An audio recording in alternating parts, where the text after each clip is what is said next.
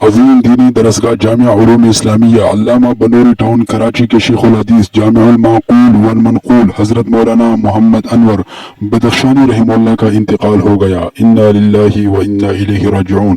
حضرت کچھ عرصے سے علیل تھے، گزشتہ کل سے طبیعت زیادہ ناساز ہونے کی وجہ سے مقامی ہسپتال کی انتہائی نگہداشت میں تھے۔ تقریباً 85 برس کی عمر میں اللہ کو پیارا ہو گیا۔ اللہ تعالیٰ ان کے درجات عالیہ خوب سے خوب بلند فرمائے اور لواحقین کو صبر جمیل نصیب فرمائے۔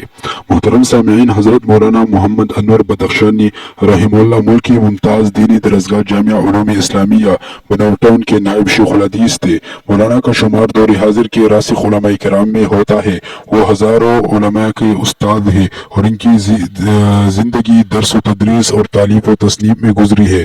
مدارس کے نصاب میں شامل کئی مشکل کتابوں کو انہوں نے سال کر کے جامع انداز میں مرتب فرمایا ہے۔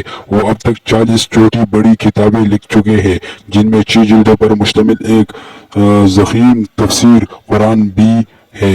مولانا بدخشانی کو حق تعالی شاہ نے تمام علوم میں بالعموم اور قرآن علوم میں بالخصوص مہارت سے نوازا ہے۔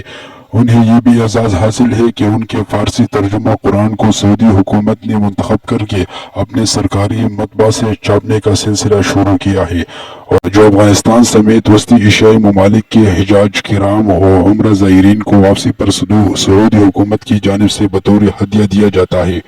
مسجد حرام اور مسجد نبوی میں بھی اس ترجمے کے بے شمار نسخے رکھے گئے ہیں، جن سے فارسی دان حضرات استفادہ کرتے ہیں۔